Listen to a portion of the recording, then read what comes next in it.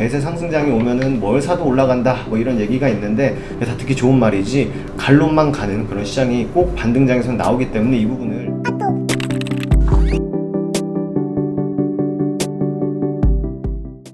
안녕하세요, 허브경제TV입니다. 오늘 볼 종목은요, 맥스트라는 종목을 좀 보도록 하겠습니다.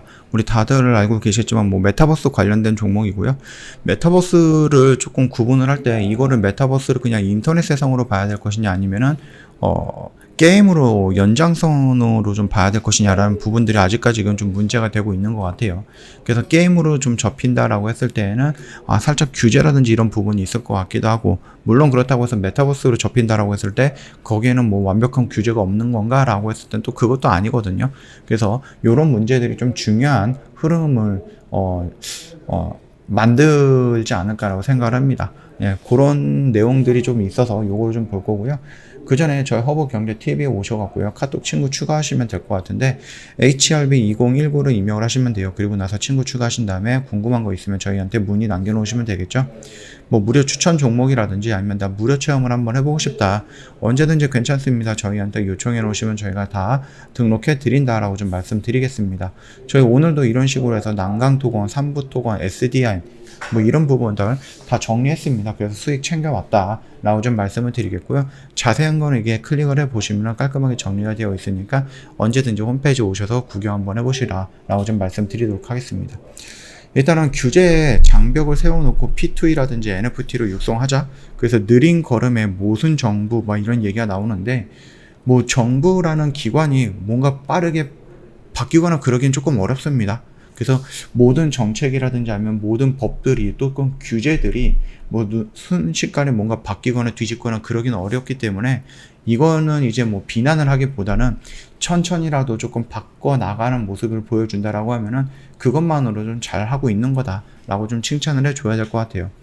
정부가 메타버스랑 블록체인 게임 등 신성장 산업 지원 속도, 지원 사업에 속도를 내고 있다. 그리고 P2E 게임 개발사의 지원 대상을 포함을 하고 있고요. 메타버스 플랫폼을 활용해 NFT까지 발행을 지원을 한다 라고 하는데, 문제가 뭐냐면은 게임법은 정작 국내 P2E 유통을 금하고 있다라는 겁니다.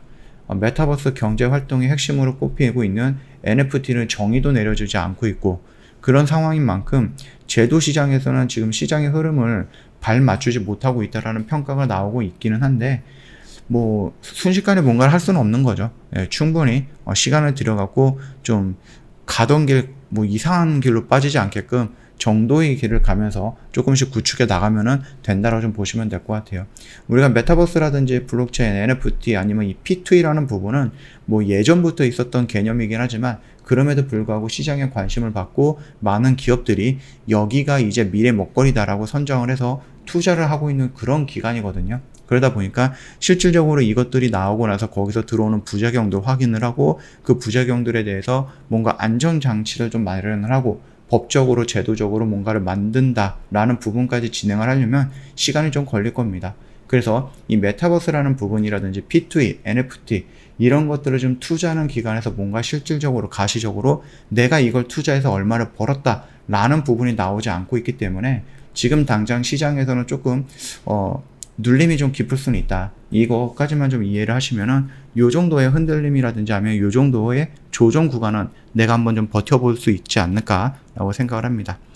자, 일단은 메타버스는 게임인가? 라는 부분에서 일전에도 한번 뉴스를 봤는데 게임은 아니다. 이런 식으로 좀 얘기가 나와주고 있습니다. 그래서 메타버스랑 게임이라는 부분을 조금 분리를 해야 된다라고 하는데, 이게 과연 억지스러운 일인가? 아니면 자연스러운 일인가? 라는 부분에 대해서 게임학과 교수님이 좀 얘기했던 내용들이 있네요. 그래서 요거를 좀 잠깐 볼 건데요. 메타버스 열풍이 올해까지 이어지고 있는데 대부분이 아직 메타버스가 무엇인지 한마디로 정의하지 못하고 있어요. 일반인뿐만 아니라 업계는 물론이고요, 학계와 전문가들이 그 정의를 여러 가지를 가지고 있기 때문이다라고 좀 보시면 됩니다. 일단 중요한 것은 메타버스는 게임과 다른 것이냐 라는 물음이고요, 주목할 만한 움직임들이 좀 나타나주고 있다라고 보시면 될 것 같죠. 일단은요, 게임물 등급위원회가 의뢰한 연구 용역 보고서에 따르면은요, 메타버스와 게임은 다르게 봐야 된다라는 결론이 나왔습니다. 이 같은 의견에 따라서 업계와 정계에서는 메타버스를 게임과 법적으로 구분해야 한다 라는 주장도 나오고 있는데 솔직히 보면은 그렇게 구분을 하기는 어려울 것 같아요.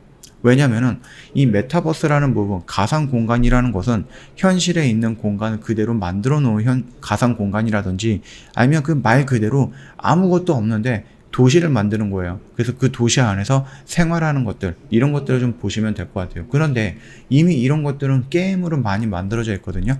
예를 들어서 뭐 심시티라는 게임을 아세요? 도시를 건설하는 게임인데 물론 그런 것들도 어떻게 본다라고 했을 때에는 가상 공간에서 도시를 건설하는 것과 그렇게 크게 차이는 없을 수 있습니다.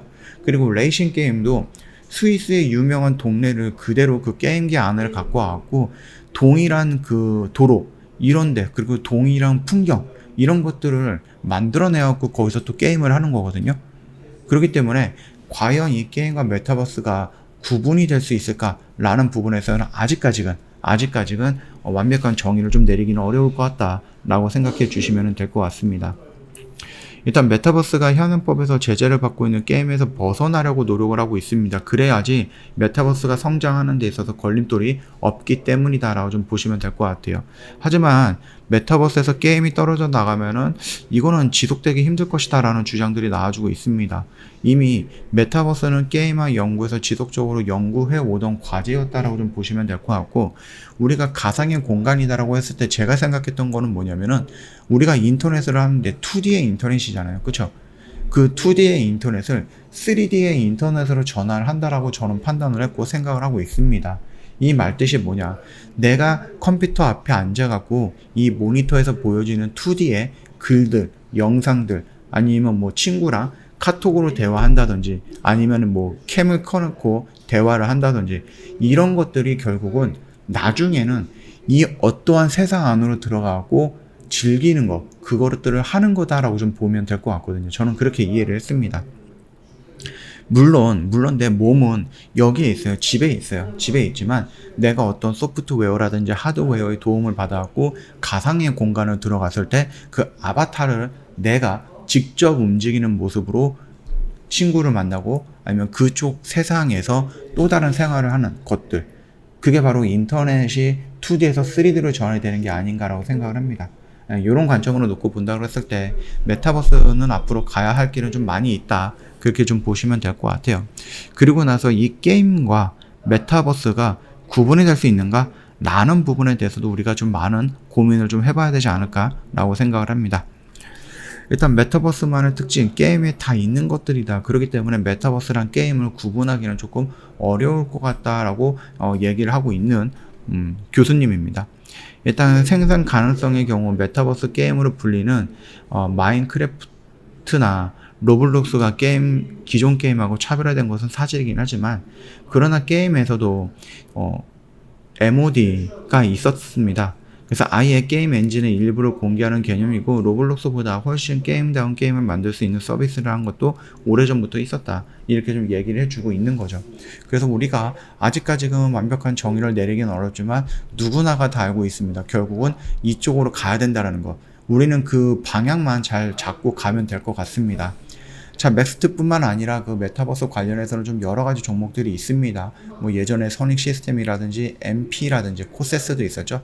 그 다음에 뭐 자이언트 스텝을 빼놓을 수 없고 위즈업 스튜디오, 뭐 덱스터, 이런 부분들이 있었는데 전반적으로 분위기가 막 그렇게 좋은 분위기는 아니죠. 그럼에도 불구하고 이 맥스트, 그 다음에 컴투스, 그 다음에 크래프톤, 이런 쪽에서 차츰차츰 이 가상의 공간, 메타버스를 활용한 가상의 공간들이 나오기 시작을 합니다. 그러면은 다시 한번 사람들이 거기에 대해서 관심을 받게 될 거고, 이 메타버스에 대해서 관심을 받게 되면은 관련되어 있는 기업들은 다시 한번 움직임이 연출이 될 가능성이 높다라고 좀 보시면 될 것 같습니다. 그래서 맥스트 같은 경우도요, 지금 아직까지는 얘가 추세를 한번 전환을 하려고 노력을 했고, 지지하고 이렇게 나오는 모습이 연출되면 좋기는 하겠지만 뭐 지수 흐름이 좋지 않아서 그 핑계를 갖고 다시 한번 레벨 다운이 됐죠. 그래서 여기가 1층이었다라고 하면 여기는 지금 지하 1층인 것 같아요. 그래서 지하 2층으로 내려올 것이냐, 아니면 여기서 놀다가 다시 이렇게 올라갈 것이냐라고 했을 때는 조금 지켜보는 모습이 필요하지 않을까라고 생각을 합니다. 그리고 생각보다 빠르게 틀렌이라는 가상 공간이 맥스트가 이제 8월달 정도쯤에, 다음 달이거든요. 다음 달 정도쯤에 베타 서비스를 좀 오픈을 한다라고 해요. 그렇다라고 하면 시장에 좀 관심을 받고 만약에 그게 좀 긍정적인 평가가 나온다라고 했을 때에는 아무래도 메타버스에 대한 시선은 조금 더 긍정적으로 달라지지 않을까라고 생각을 합니다. 그 전까지 좀 참고하시면 지금은 도망가기보다는 조금 버텨보자 라고 좀 말씀을 드리고 싶어요. 저 허브경제TV 홈페이지 오셔갖고 카톡 친구 추가하는 방법 정리가 되어 있는 거 확인하셔갖고요. 등록 한번 해주세요. HRB2019입니다. 카톡 등록을 해 주신 다음에 저희한테 맥스트에 대해서 궁금하거나 아니면 뭐 무료 체험이라든지 무료 추천 종목을 받고 싶으면 요청해 놓으시면은 저희가 다 보내드릴 겁니다. 지금 시장이 어려운 부분인데도 불구하고 저희 오늘도 남강 토건도 정리했죠. 그쵸? 3부 토건도 저희 수익으로 챙겼습니다. 그리고 SDN 이것도 정리를 했습니다. 이런 식으로 조금 어려운 시장에서도 최선을 다해서 노력을 하고 있다. 저희 허브경제TV가 시장이 어려운 상황에서 든든한 파트너가 되어 드리겠다 라고 좀 말씀드리겠습니다. 궁금한 거 있으시면은요, 기본적으로 카톡 먼저 친구 추가하시고 저희한테 문의를 남겨 놓으시면은 저희가 다 안내해 드린다 라고 좀 말씀을 드리면서 마감하도록 하겠습니다. 영상 도움이 됐다 그러면 구독과 좋아요 한번 부탁드리겠고요. 오늘 하루도 정말 고생 많으셨습니다. 편안한 주말 보내시고요. 다음 주에 다른 영상으로 또 찾아뵙도록 하겠습니다.